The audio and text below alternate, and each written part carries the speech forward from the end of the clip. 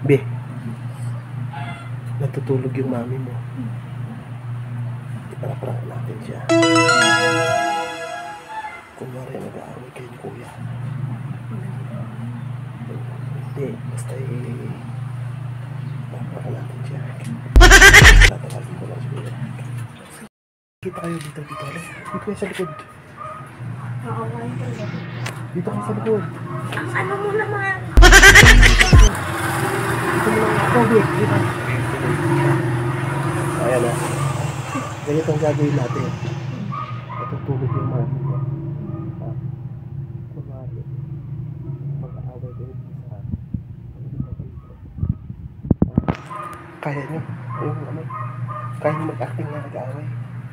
Yung parang totoo pupwesto kayo dun sa likod.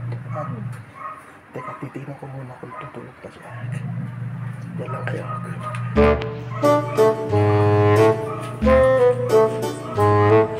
Ayun na. Yung asawa ko natutulog.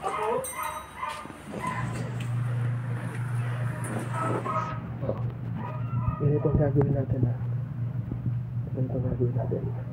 Kuya, hindi ka na makita. Ganito ang gagawin natin. Doon sa POM. Doon kayo pwesto, Papasok tayo ng dahan-dahan. Ngayon, hihiga ako doon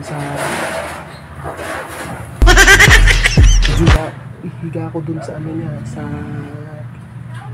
baba niya, sa isang upuan. Ngayon, i-video ko lang. Ganyan. Para kakala niya sa cellphone na. Kaya na. Mag-aaway din. Parang totoo.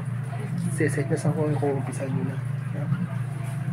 Baka hindi kayo tatawa na nag-aaway. Basta maingay ko. Ang totoo. O doon sa gilid ng puno. O papasok tayo na amahan.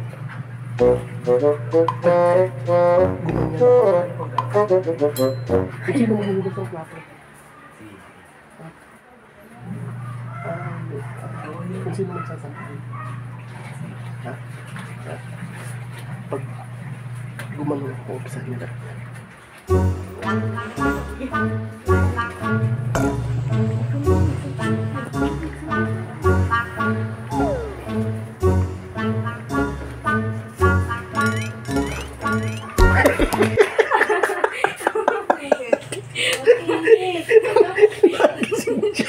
Papasok ko lang kami.